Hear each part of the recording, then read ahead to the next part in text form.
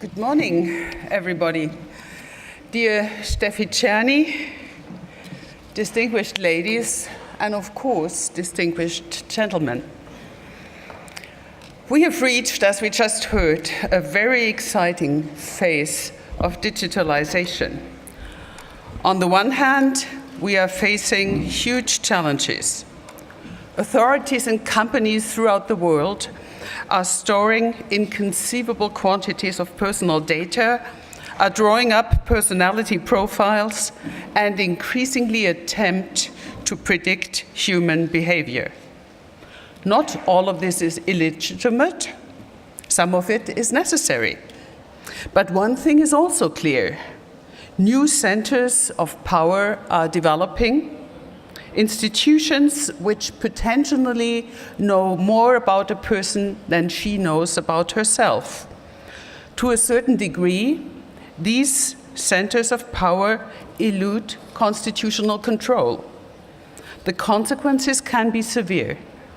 Growing distrust vis-à-vis not only companies, but also states, and new infringements on freedom.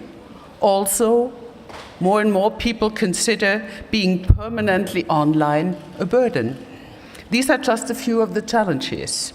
On the other hand, digitalization offers us entirely new opportunities. We've just heard about many of them. Opportunities for us as individuals, but also economically and socially. Thanks to digitalization, we can cultivate friendship throughout the world. Knowledge is becoming less significant as a means of control and power. Scientists are exchanging ideas in real time. Digitalization provides opportunities for cultural, political, and economic participation. Decision-making becomes more transparent.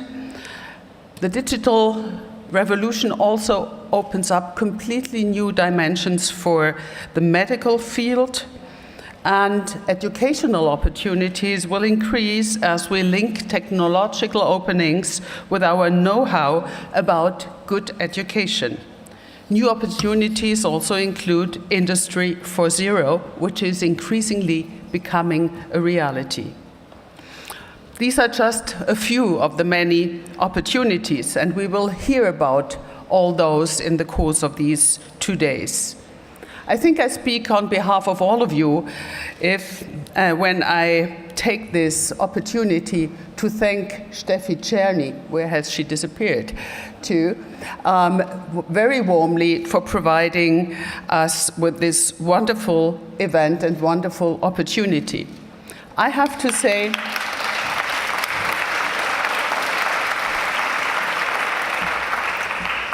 Burda is something I grew up with. I grew up close to Offenburg, and that's one of the seats of the company. And I grew up, I have to say, with Burda Moden. It was the only magazine my mother could afford to buy because it was the basis for her to sew herself chic dresses and sew the dresses for us as her 2 daughters as well. So great to see that Burda is still flourishing. Well, and I think a meeting like this shows that despite the advantages of digital communication, there's still a lot of truth in the words of the philosopher and religious thinker Martin Buber. He said, "All real life is meeting." Digitalization, ladies and gentlemen, poses the big question anew. What is freedom? What is privacy? What is security today? How much willingness for change do we need? How do we get there? The answers will determine our prosperity and the way we live. The danger inherent in the conflict between challenges and opportunities is the lack of communication between both sides. One side emphasizes the challenges, the threats, and ignores the new opportunities. The other side does the opposite and celebrates surges in innovation, increases in prosperity, and the grand internet conversation involving everyone. Both sides have good arguments, of course, and therefore we must combine both sets of ideas, the challenges and the opportunities. We must do so in the grand debate which we are currently conducting and which increasingly is becoming an international, at least transatlantic debate. It is not as though Europe is doing the warning and the United States is shaking its head. We should forget this caricature. On the one hand, responsible companies and politicians in America have also realized that success is based on transparency and trust, and I hope that realization will grow.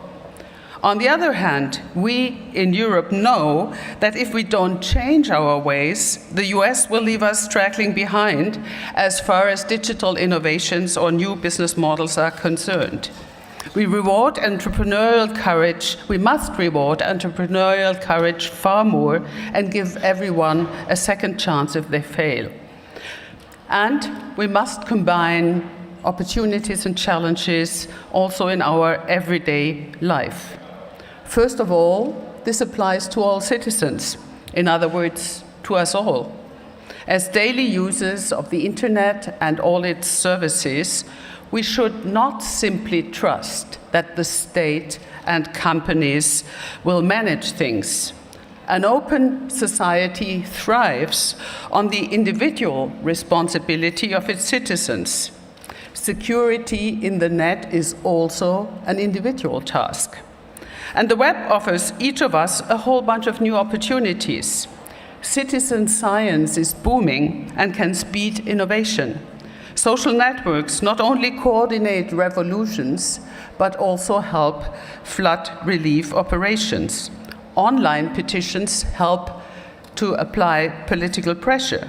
Crowdfunding or online donation portals provide new funding for all kinds of projects. In short, there's a wealth of opportunities for people to participate and to make a difference. Secondly, every single company must think in terms of both the challenges and the opportunities. Some of the finest companies are flourishing on the internet. The list of participants in this DLD Women Conference is powerful evidence of this. These companies are taking advantage of the opportunities of digitalization, and they are at the same time accepting responsibility. Responsibility not only for their staff or their shareholders, but also for their consumers. Responsibility not only in the sense of traditional product liability, but also, and this is new, in the sense of network security. This is the fundamental basis for freedom on the internet. Allow me to appeal to all of you to take this responsibility very seriously. And thirdly, digitalization has become an eminent political task too. Policymakers also have to think in terms of opportunities and challenges, promote the chances, but also ensure against risks. Politics will not become less significant in this context, I believe, but more. Why? Because the protection of freedom, the protection of privacy, and securing prosperity are prominent political questions. The new federal government in Germany will present its digital agenda in the course of this summer. It will cover the whole breadth of this topic, from expanding infrastructure, promote Industry 4.0, IT security and data protection, to education, science, and research. My ministry organizes a science year every year. And this year, not by chance, is devoted to the digital society, Together with more than 250 partners, we are bringing together citizens, politicians, scientists, experts from every field of life together in numerous events to talk about the chances and their impacts and to discuss how to shape the future. Our policy clearly aims at progress, but this requires to take along citizens with both their hopes and their fears. I would just like to highlight 4 topic areas of great relevance. First, security. Article 8 of the Charter of Fundamental Rights of the European Union states, I quote, "Everyone has the right to the protection of personal data concerning him or her." The Charter came into effect in 2009 and applies to all member states. It forms the legal basis in Germany, together with the right to informational self-determination, with which the Federal Constitutional Court derived already back in 1983 from the general personality rights enshrined in our basic law. In times of rapid change, steps must be taken to constantly uphold this established right. We must rethink IT security. Therefore, my ministry is supporting research in this area for many years already and will strengthen it further.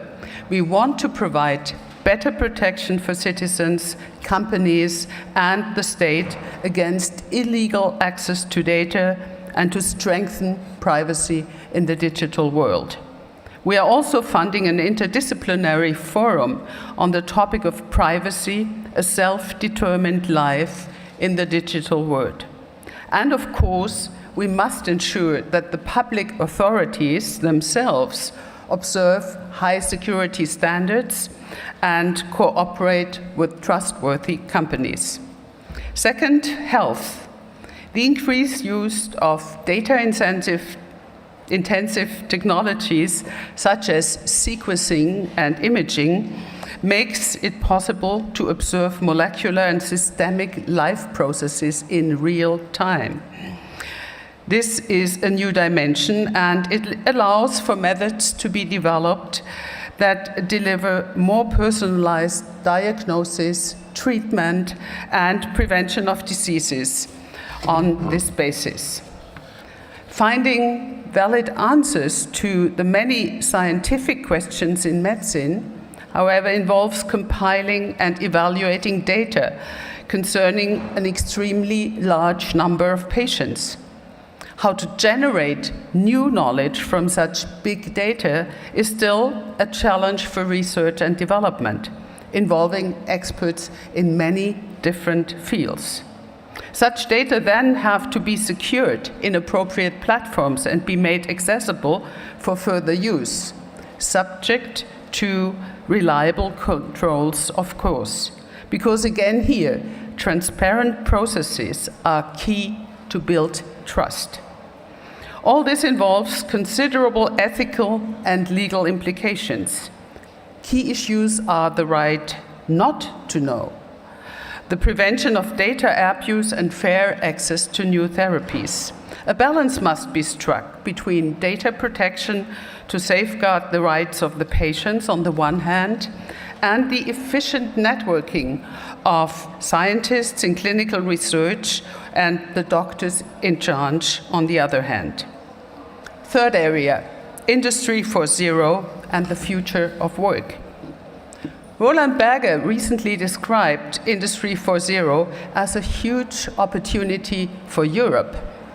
Its consultants believe that although Europe will not catch up with the US in the classical field of information and communication technologies, we in Europe and in Germany in particular can build on a large industrial basis. And ICT and manufacturing are indeed the two sides of that medal called Industry 4.0. But to tap this potential completely, what we need are improved infrastructures, more graduates in the STEM disciplines, and more startups. And I should like to add one more factor. We need an innovation policy which also helps established companies to participate in Industry 4.0. The federal government is resolutely tackling all these challenges. At the same time, ladies and gentlemen, we must bear in mind, technology alone cannot set the pace for development. The primary aim must be to benefit the people. It is a question of linking what is technologically possible with what is desirable for people's lives. The future of work in my view, will not mean less, but different jobs. It comprises new forms of digital competencies, innovations for the work progress, and far more flexible work models. To develop adequate answers, we will set up new research programs. We will introduce an open innovation process for an operating system Industry 4.0, and we will devote ourselves to the topic of shaping the modern working world in consultation with the unions. Last but not least, education. The opportunities for digital education range from kindergarten, classroom, and lecture hall to the walks of lifelong learning. Let me stress 3 central issues there. First of all, also here, technology alone cannot set the pace for development.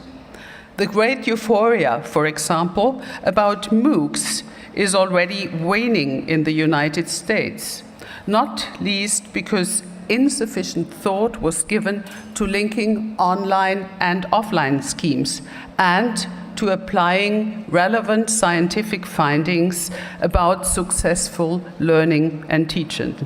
Proposals such as a tablet computer for every pupil are not enough. Secondly, media and information competence are absolutely decisive for data security and data protection, as well as for Germany's innovative ability. Strengthening this competence is a national responsibility. Thirdly, digital education can promote equity in education, both in our own countries, but even more so in less developed, less prosperous societies. But clearly, digital education does not contribute to equity in education per se. It needs professional, science-based approaches, political will, and the support of society. In conclusion, ladies and gentlemen, we need a broad debate about values and goals of a digital society. We have to actively shape the dramatic changes of the digital revolution, a task we must all shoulder together. Politics, industry and unions, the whole of civil society, all have to act together and close ranks to maintain a free and secure world in the digital age. Looking at you all here, I'm sure DLD women will be on board of this travel. Thank you so much.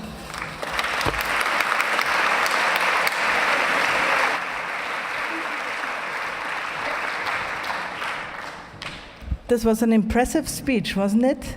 I mean, Cornelia, as a member of the Federal Ministry of Education, mentioned all the important steps we have to do. I'm glad that she is now in a conversation with my dear friend Stefanie Wahl, Managing Director from the Denkwerk Zukunft.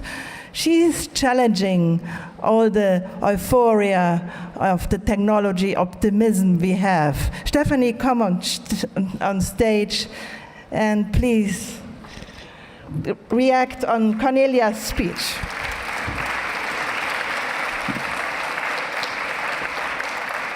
Thank you, Steffi. Good morning, everybody. I'm very happy to sit here with my friend Connie and be able to get into depth in some of the points she made.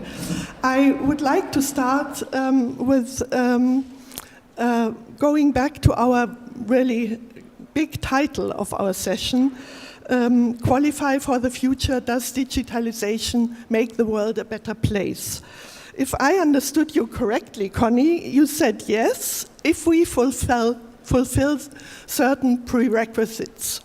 Individuals by accepting responsibility, business by accepting responsibility, and the state by setting security standards and protecting freedom.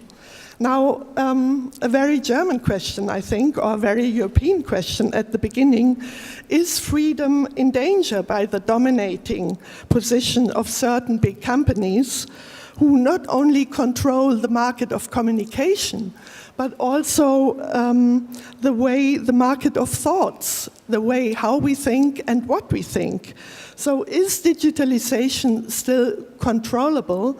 And are propositions like the Privacy Forum you mentioned, are these the right answer?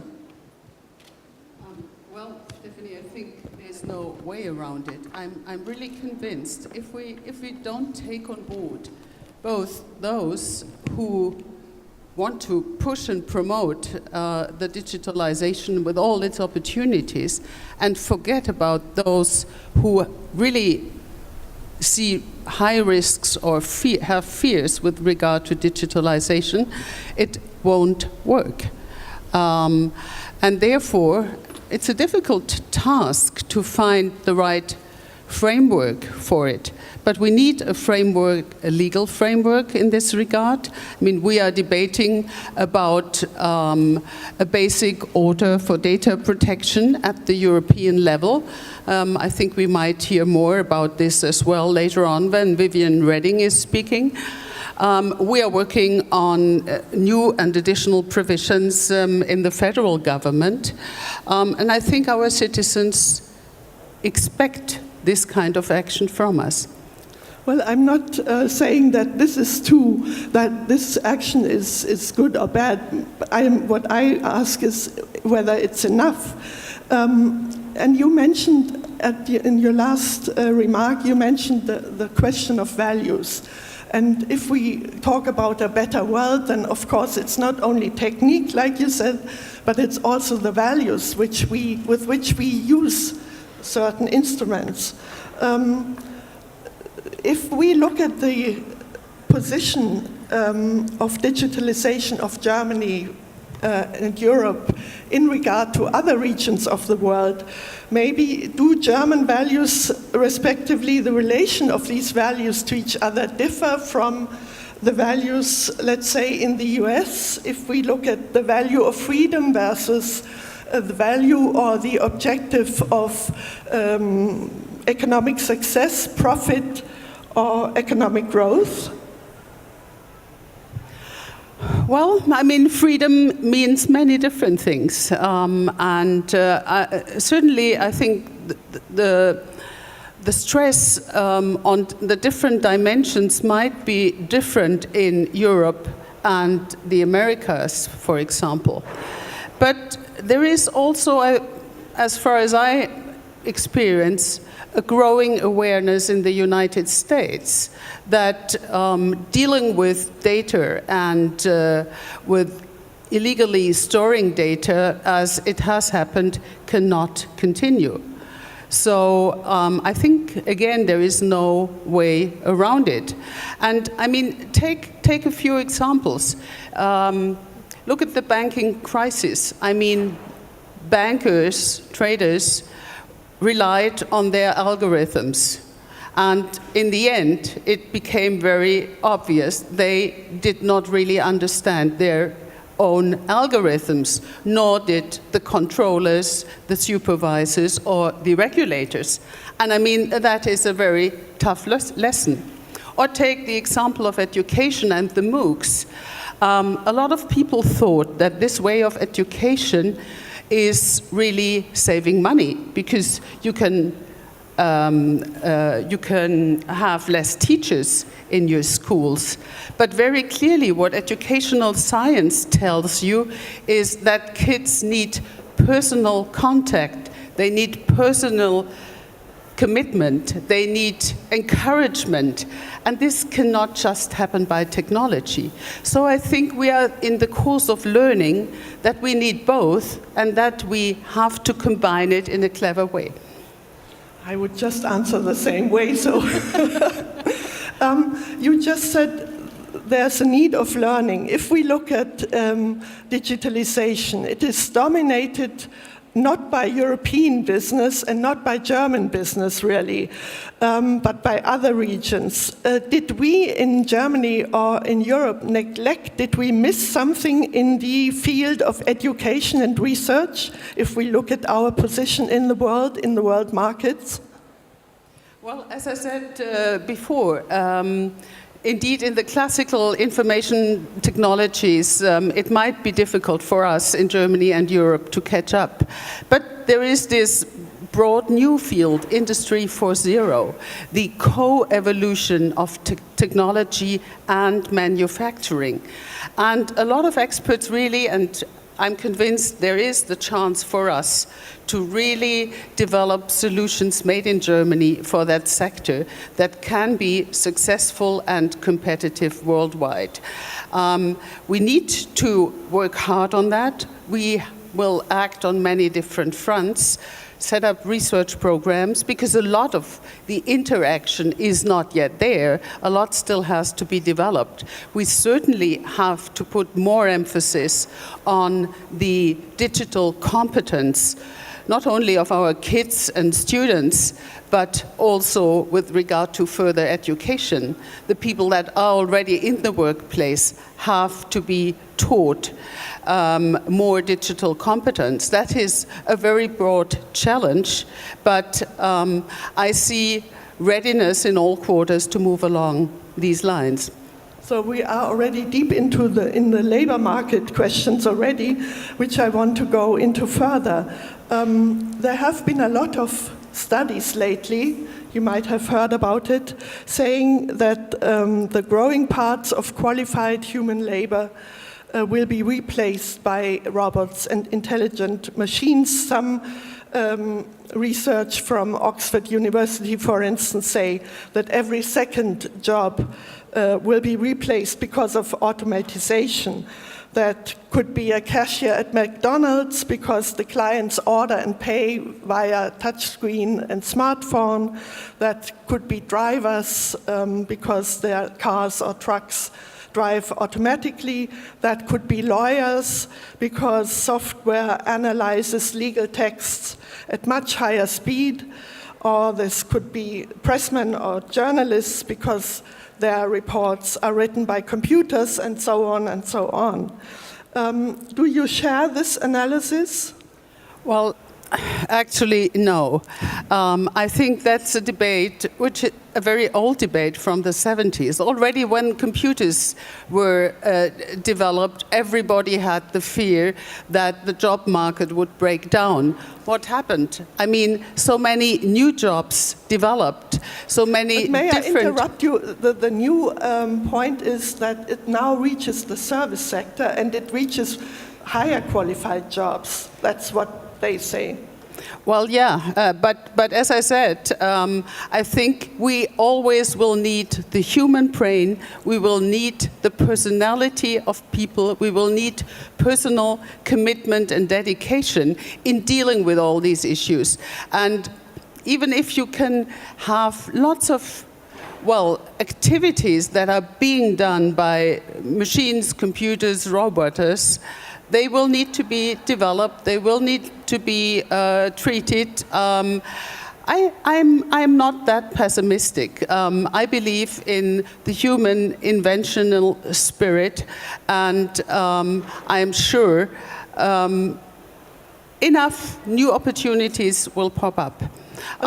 People will have to switch jobs, they will have to have further education to find their place, and there will be new areas in an aging society where new jobs also are available for people that have not the highest academic education, for example.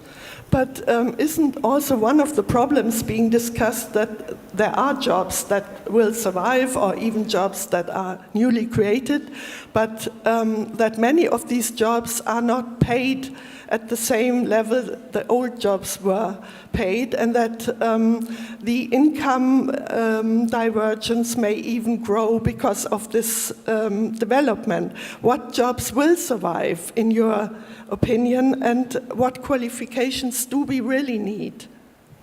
Oh, I think we will have jobs in all kinds of areas. There will still be manufacturing. We need the people that drive the computers, that mend computers, that develop the programs, that look at the software. So industry, in one way or other, will continue. We need all the social jobs, even to a larger degree, I'm sure. We still need teachers. We need people who take care of us when we get older to a far larger degree. And there are many others. We need scientists, researchers, what have you. And I think we still need also very basic jobs that, well, people that collect our waste. We need people that clean places. I don't see robots everywhere in our streets and in our homes, I have to say.